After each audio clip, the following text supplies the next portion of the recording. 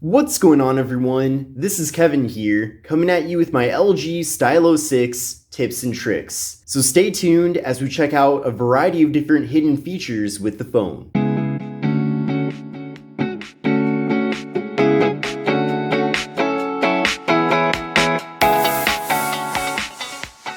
So this is the LG Stylo 6, and the device has a variety of different cool features that you might not be aware about. And in this video, we're going to go over them. So let's get started. So by default, with the LG Stylo 6, we get gesture-based navigation. Now, I personally like this. It is very similar to the gesture navigation with the iPhone 11, but I understand that it's not for everybody. So if you want to get the standard Android navigation buttons back, it's very easy to do that. So pull down the shade, go to the gear, then from here, search up Nav, and you'll see right here, navigation bar. So tap on that, and you'll see here that we have two different options, gestures and buttons only.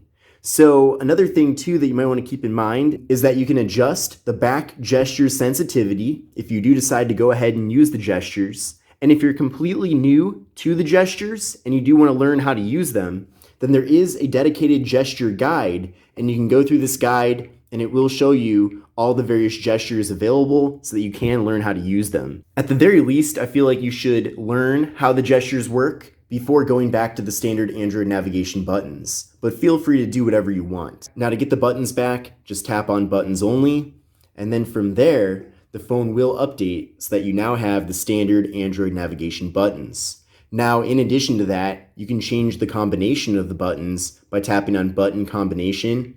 And then once you're there, you have the ability to add additional buttons, such as bringing down the notification shade or taking a screenshot. So those are both really cool and convenient to have. And beyond that, you also have the ability to rearrange the various buttons. So for me, since I'm right-handed, it makes a lot of sense to have the back button on the right side instead of the left side. So we're going to move that back button over here. Then I also have to move the home button back to the middle. And you can see just like that, I've now reconfigured the various buttons here, and that's very easy and convenient to do. Now, like I said, since I'm a fan of the gestures, I am going to go back to using just gestures with the phone instead of using the standard Android navigation buttons. I like the gestures because it feels more modern, but also in addition to that, you are getting more screen real estate here because this takes up a lot less space compared to having the traditional buttons. But let's move on to the next tip. So the LG Stylo 6 features a very massive display at 6.8 inches. It's pretty difficult, if not impossible, to reach the top of the display when using the device with one hand. Now, thankfully, LG does have a trick up their sleeve to make this a lot easier. You're going to pull down the shade, go to the settings, and then from there, go to search, and then you're going to type in one, and then you'll see right here, OneHanded Screen. So tap on OneHanded Screen, and then you're going to want to turn that on. But essentially, all you have to do is to bring down the screen, drag the left/right edge to the middle and hold. So let's do that right now. And just like that, I was able to move the entire screen down so that I can now reach everything at the top. You can continue to navigate around the phone this way as well, which is pretty interesting. And then when you want to go back to full screen, just tap in the empty area. So that's very easy. Let's do that one more time, but from the right side. Okay, so very easy there. Now, the LG Stylo 6 features a variety of different shortcuts that will make various functions on the device more convenient to use. So let me show you exactly what I'm talking about here. So pull down the shade, go to the settings, go to search, and then you're going to type shortcuts. And then you'll see it right there under extensions. So we have a bunch of different shortcuts available. The first one is a very easy way to view the notification panel. So instead of going to the top and pulling down on the shade, you can now toggle this by using the fingerprint sensor on the back of the phone. So turn on View Notification Panel, and then all you have to do is swipe down on the fingerprint sensor for the shade to lower. And then when you want to raise it back up, you do the same function. So that's very easy there. We also have a nice, quick and easy way to open up the camera. So when you turn this on, all you have to do is press the power key twice to open up the camera. And you can see just like that, I was able to quickly pull up the camera on the phone. In addition to that, we have some different volume button toggles, so you can actually open up the camera by default by pressing the volume down key twice, whether the screen is locked or not. So let's try that out right now. I'm going to turn the screen off, and then I tapped on that button twice, and we now have the camera. So by using these different tricks, you'll be less likely to miss out on very important photos.